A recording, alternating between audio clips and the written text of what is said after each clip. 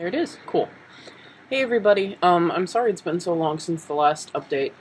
One, I figure you guys really wouldn't care about me bitching and belly aching.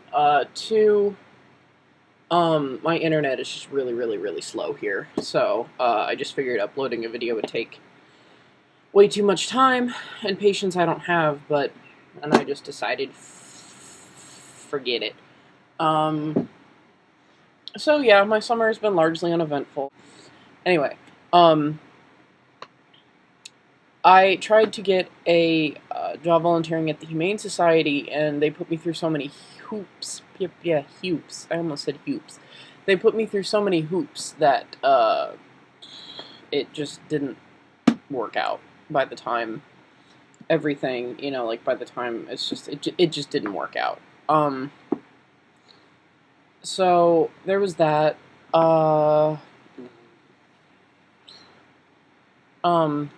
Fuzz, my best friend, well, one of my best friends. If you know anything else about me, if you circle any of my other periphery, my Facebook or my Tumblr, or you just know me in real life, you'll know that you'll know Fuzz. Just because she and I get into so many shenanigans, and it's great. But she came and visited for a while. This was back in early July, and I had a lot of fun. Went out and got Kiss Kiss Bang Bang because I've been meaning to watch it forever. That doesn't do good things, just the lighting. This does. So yeah, I got Kiss Kiss Bang Bang and I watched it, and it was phenomenal. Watched it with her. Been going up north on and off. I've been reading a lot. I'm reading a lot of KJ Parker stuff because I have the entire collection now, including the newest one that just came out, Sharps. And I did not see The Dark Knight Rises. I do not plan to see The Dark Knight Rises. I read the plot synopsis, and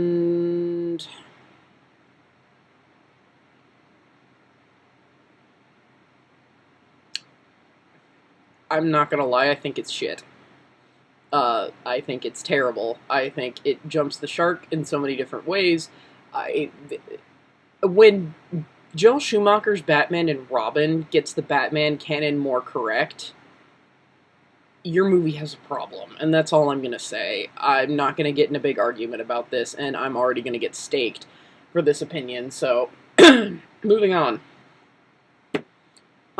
So, no, I really haven't watched any other movies any new movies since the Avengers came out. I was waffling on the new Spider-Man one, and I've heard it's good. I've heard it's good. I'm not a big Spidey fan in the first place, but, and I have, and I think both sets, of movies are good for their own different reasons. I like the casting in Sam Raimi's more. And I don't know, I just like the casting in Sam Raimi's more, but overall I think the second generation is just set better. I think they just did a better job with it, I guess. I don't know. I only saw the first of the first generation Spider-Man movies, and I haven't seen this one. So this is just all from what I've heard down the grapevine and blah, blah, blah, blah, blah. Anyway. Yep, my Canadian friend, who shall not be named because she's a very private person on the internet, but you know who you are. My Canadian friend came in and visited me.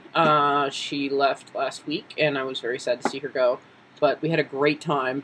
It was spent with much dicking around, much laughing like 5-year-olds, much passionate arguing, which, for us, it's just, it's not like a friendship ending kind of thing. We're just kind of like, and then we're like, but I respect your opinion, and I respect yours, and okay, we're just gonna cool off now. This is us. This is us. Just, that's pretty much what it turned into. But, it was wonderful, though. I had a wonderful time with it. So, yeah, I really haven't been doing anything with my summer, and it's a lot of emotional crap, again, so, surprise, surprise, you'd think 2 years after Dad's been gone, this would start to clear up. But here's the sad fact of the matter, people. When that kind of shit happens, it doesn't. I mean, it doesn't. So, working through it, my medication has been upped. I found out I had severe depression. I don't know if I covered this in another vlog or not. If I did, I'm so sorry. But it turns out, my first psychiatrist is the one who can prescribe you medications. Psychologist is the one that you go to talk about your mental health. I have both. I've had my psychologist for years now. If you've known me, you know that. I've had her for nearly 10 years, actually. I went to her originally because of my anger issues. But, yeah, it turns out my first psychiatrist, I guess he didn't want to freak me out, which is understandable because I was very hesitant about taking my medication. He told me I was diagnosed with depression and an anxiety disorder. My new psychiatrist, the old one got another job opportunity or something that he took. It wasn't anything personal. He was a very nice man. He was a really sweet guy. And this new one is great too. So, you know, it was just a matter of happenstance. It wasn't like a personal conflict or anything. But my new psychiatrist told me that it was severe depression. Like a really severe case of depression. So we've been fooling around with my medication, and I take 3, and I'm on a new type of 1, and my other 2 are the same, but I've upped the doses on some of them, and so, yeah. Speaking of medication, I'm getting my wisdom teeth removed, on the 7th, so next Tuesday.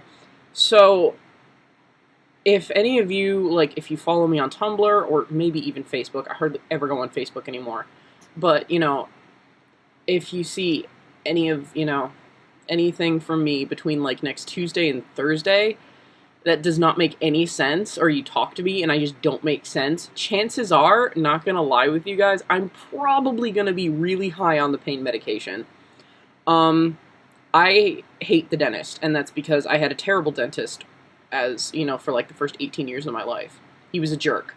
He was not nice. He was a jerk. He didn't respect his patients' comfort levels.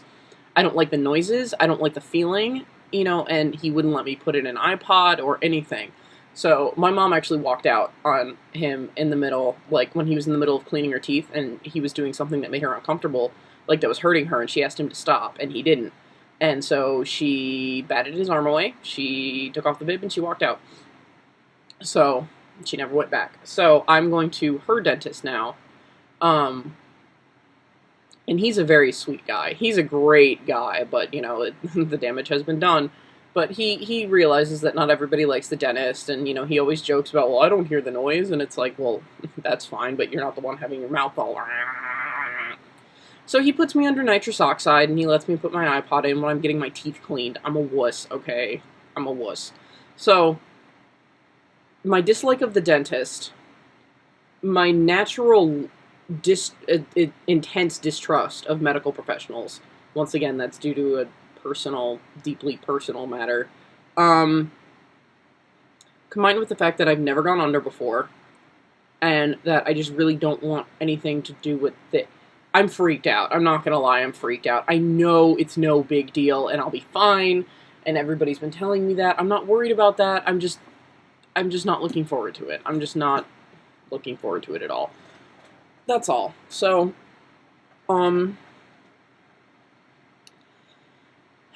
yeah, so, I don't know how long it'll take me to recover. He said theoretically, by, next Friday I should be fine. So, we'll see.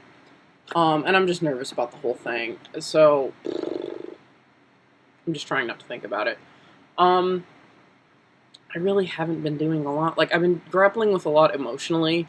I go to my psychologist every week and yada yada, and we've worked through some issues, and I say that all the fucking time, but it's true. I'm constantly working on something.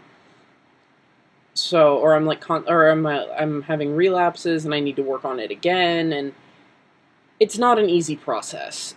And for the most part, I try to keep quiet about a lot of it because I know I've been on the other side of the spectrum, and I know it can get obnoxious when someone who is having a hard time mentally for any reason, you know, whether it be depression or grief or, you know, anything. I know it can get a little tiring of hearing about it all the time. So I tend to keep a lot of the minute details to myself. And I usually just tell people that I'm working on things, which is true. Unfortunately, it doesn't sound like I'm getting anywhere, but I am. Going into my last year of college, and that is a bucket full of worms that I've barely even touched with my psychologist just because I'm shit scared. Like, it sends me into panic attacks. So I'm just going to keep it brief and say that I am not looking forward to this being the last year. And I'm shit scared for what comes after. And I love all of the people that have been there for me through my college years. And I'm lucky to meet all of the people that I have at my college. I met my boyfriend in October. We'll have been together for 3 years. And it's my first relationship. And I don't even know where it's going to go, but I really don't. We take it a day at a time. That's really how we are. But no matter what happens, I have confidence that he and I will always be close. Because we're both incredibly honest with each other, and that's never been a problem. And he was my best friend at college long before he was my boyfriend. So, and that's what I've wanted in a relationship. I want someone who is not just like a significant other, but a best friend. And I have that in him, and I'm incredibly lucky to have that in him. And I'm incredibly lucky that he has been there for me throughout all of my shit. You know, like, you start going out with this girl, and then 2 months later her dad suddenly dies, and she becomes a fucking wreck. And he's stuck with me. He's helped me a lot in just so many ways, and I am just so lucky to have him. And I'm so lucky that he's decided to hang in there for 3 years. So, no matter where it goes, I mean, I owe him so much, and I'm never going to forget that no matter what happens.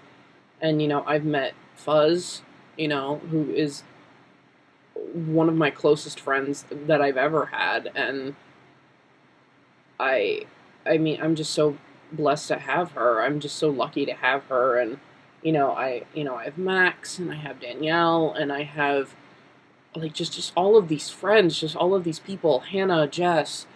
Oh God, I'm like forgetting so many people now that I have to think about, like, now that I have to think of the names. But it's like, you guys know who you are.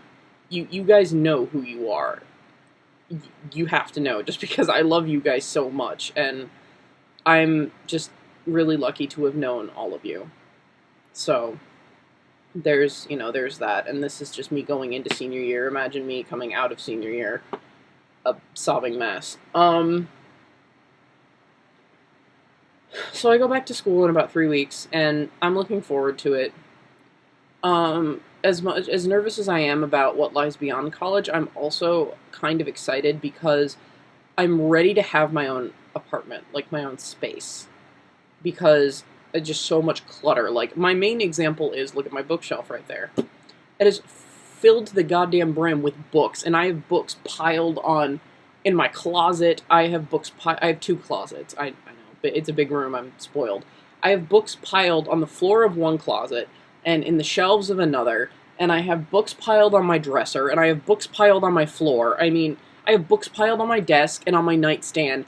I just have fucking books everywhere that, like, the way my room is set up, I do not have room for another bookshelf to contain all of these. And my bookshelf is already, like, getting cluttered and crap. So it's, like, just that kind of organization of space, so there's less clutter. I'm naturally kind of a messy person. It's an organized mess. It's a comfortable mess for me. But, like, so that I can actually sort it out will be really nice. And so my everything isn't contained in one room. Like, my dorm room is, like the refrigerator, which pretty much functions as the kitchen, like stuff like that. The desk, which is like my entertainment center, because, I don't use the desk for school purposes. That's the bed. I do my homework on my bed. But, there's the desk, which has my TV and my game system, so that's like the entertainment center, and then the dresser, that's like my own little private dressing area, and then the closet, and, like, it's all just contained in this little room, and I'm I'm just kind of happy to be able to eventually get my own enclosed little area where it's like, yes, like you have a bigger and small area, and but it's like it's designated like this is the bedroom, the closet stuff will go in here. This is the living room, the entertainment stuff will go in here, and like there's leftover room on the walls. Here's all of your bookshelves, and doubtless I'll have bookshelves in my room, and that kind of crap. And it's like this is your kitchen, this is where all your shit goes, that kind of thing. Whereas like in here and in my dorm room, it's all just so that is one thing I'm looking forward to. Just mainly, honestly, because of the overabundance of books that I have. And it's the weirdest thing to get excited about, but I am just excited to organize books in my new apartment. I'm a fucking weirdo, okay? And I don't know where I'm living or anything like that, but this is just sort of like, just how you get little snippets of things that you are looking forward to, that's mine. Yeah, in case you guys are wondering what the fuck that is, that's my Jack Sparrow fathead. That was a surprise Christmas gift. I pointed him out before, but people tend to forget, and it just looks like I have something weird sticking out from beneath me. So, what else have I been doing? I've been playing a lot of Mass Effect, ever since the extended cut came out, and it is fan-fucking-tastic. I don't care what anybody else says. I love it. I think it did just enough to... The Reapers thing is still fucking stupid, but they did just enough that it makes a little bit more sense to me, and I am more content with what happens. And the other stuff that they added, I'm very happy about. They fixed bugs, blah blah. I'm content. I am content. So with that sort of like broke the dam on like the silence that blanketed ME3 for a while. And so I played through it anew. The face importer is fixed, so I imported my main shepherd over again with her proper face, and yeah, so I'm playing through that right now with her proper face. I finished Iris. I finished Iris's. I finished Isaac's. I finished Vera's. I'm working on Tiberius's right now, and then I have to... Tiberius is in Mass Effect 2, and I have to go through all 3 games with Tobias. And that's just my first generation. I made a second generation of 6 shepherds. I have a problem. But I'm like slowly taking a little bit of a break from that right now, playing some more Saints Row 2. Just doing a lot of reading, and I haven't even gotten to like the thing that just sort of kickstarted me into making a vlog today. But I was bored, and while I was waiting for my bagel to toast, and I was... If you don't answer this call, I'm going to come over your houses and stamp on all your toys. One second. I was bored while my bagel was toasting, and we have a little bookshelf sitting in our living room. Not our family room, our living room. It's never used. So I just went and sat in front of it and went looking through it, because I know some of my old school books are in there, and I don't know how they got there. I probably just left them lying out downstairs, and, my dad just shelved them there. So I was, looking through and, like, collecting some of the old school books to take it back up to my room for when I eventually get my own place, and I want to have all of these nice classics and shit. And I remembered using this, but I remember this was my mom's. The Fitzgerald reader. And if you know anything... Well, actually, no. I've been pretty quiet about this until recently. I love F. Scott Fitzgerald. He is my favorite American author. He's just one of my favorite authors in general. I love him. His works inspire me in a way that few things do. And he really means a lot to me as a person and as a writer. I have a collection of his short stories. I have this, which has his novels in it, but I'm planning on getting the novels individually. I have a collection of nonfiction essays from my nonfiction class, which has his essay, The Crack-Up, in it. And I have a short autobiography, which is just mainly personal essays that he's written about himself and his works. And I'm slowly building up my collection of F. Scott, but this is my mom's. She used it in college.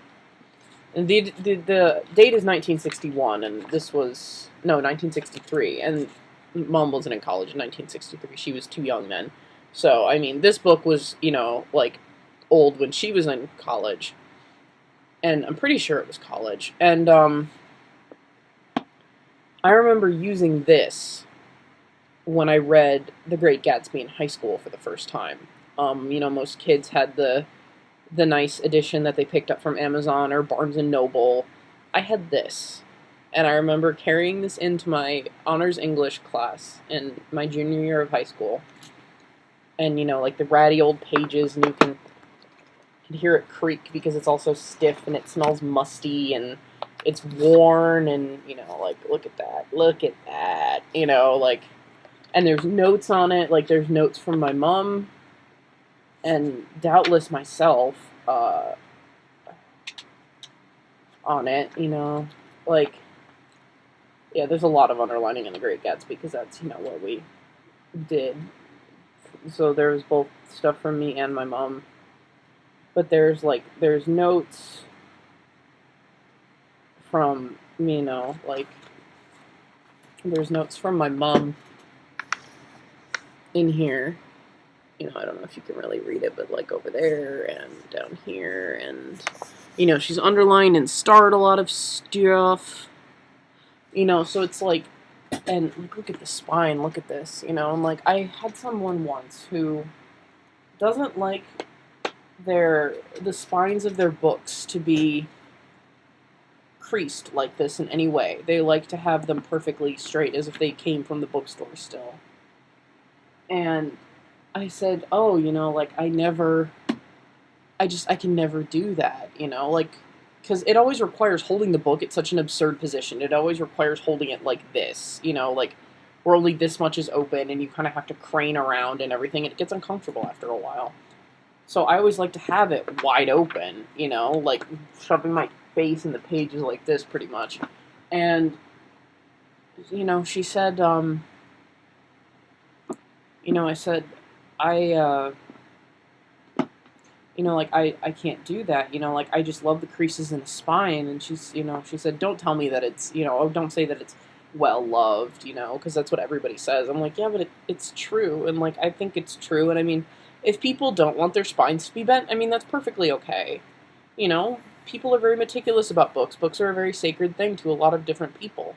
So I'm not criticizing that at all. It's just more the point that I love old books like this. Like, the pages are stiff and there's stains on the side, and, like, the spine has been opened so much in this part of The Great Gatsby that, like, you can start to see the binding a little bit, and, it smells musty, and the pages are not only, like, stiff and, like, look at this, because look at this, it's just all, like,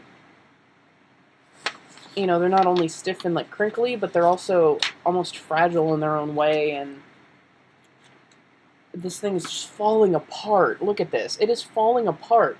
But I don't see this as an abused book. I see this as one that has been carried around for countless years, stowed away in a book bag and pulled out and carefully read, curled up in a library or in bed, reading, maybe over some coffee, or, I mean, carefully jotting notes down for the next class, or sitting in class flipping through this ratty old copy, and, the book making creaking noises, and, my classmates looking over as I hold this decrepit old thing, and I love it. And I don't know, to me this is just a huge treasure, and it was a huge find, again, like, to find this on this bookshelf. And, Mom gave this to me for me to read, so I really wouldn't have to waste money on buying a new Great Gatsby book, but it was more, like, but to me now, I see it sort of as, like, it's still my mom's, but, I mean, I don't think she'll mind if I take it. I'm gonna ask her. But, I mean, I don't think she'll mind if I take it, because F. Scott Fitzgerald himself means a lot to me as a writer and as a person. He is one of the people I look to for inspiration, and, like, another thing to know about me is I don't really look to people for, I don't really look at people as heroes to me. Like, I've just always kind of had a hard time. I have people that inspire me, and those are also rare, and I have people that I look up to, or I think, oh, hey, like, wouldn't that be great? And select lists, like Diane Duane, Neil Gaiman, um, Steve Eiserman, from the Detroit Red Wings. KJ Parker, Brian Jacques. But few people rarely inspire me, like, that I consider heroes, and Tom Hiddleston is one of them. He has honestly helped me put my life back together in the face of death that just keeps continually pelting my family. And F. Scott Fitzgerald is another one, because I read some of his things, like The Crack Up, and I just identify so much of what he writes about, not only about the struggle of a writer, but the struggle of a person, too, and what it means to be a writer and a person, and where the writer ends and the person begins, and is there really a difference at all? And because sometimes there is and sometimes there isn't, So this just was a huge, this was just, I don't know, just a little jewel that I uncovered again while I was bored and waiting for my bagel to cook. And this is a day where I hate myself for these days, where I don't leave the house and I'm not doing anything. I'm just gonna hang out and probably play some Saints Row if my multiplayer friend, shout out to you, Dustin, is on. My Mass Effect 3 multiplayer friend is on. I'll play with him if he wants to. But this, it was a day where I wasn't really going to do anything, and I'm still probably not going to do a lot. I'm just not dressed to go out. But this was just a very nice find, and it made me feel a little better. Because I remember, I think that, even F. Scott Fitzgerald had days like this. So, yeah. And that's about it. So, yeah, I took up so much of your time rambling about pointless shit again, so thanks for listening if you're still here. And I will post another vlog at some point soonish. I'll see you guys later.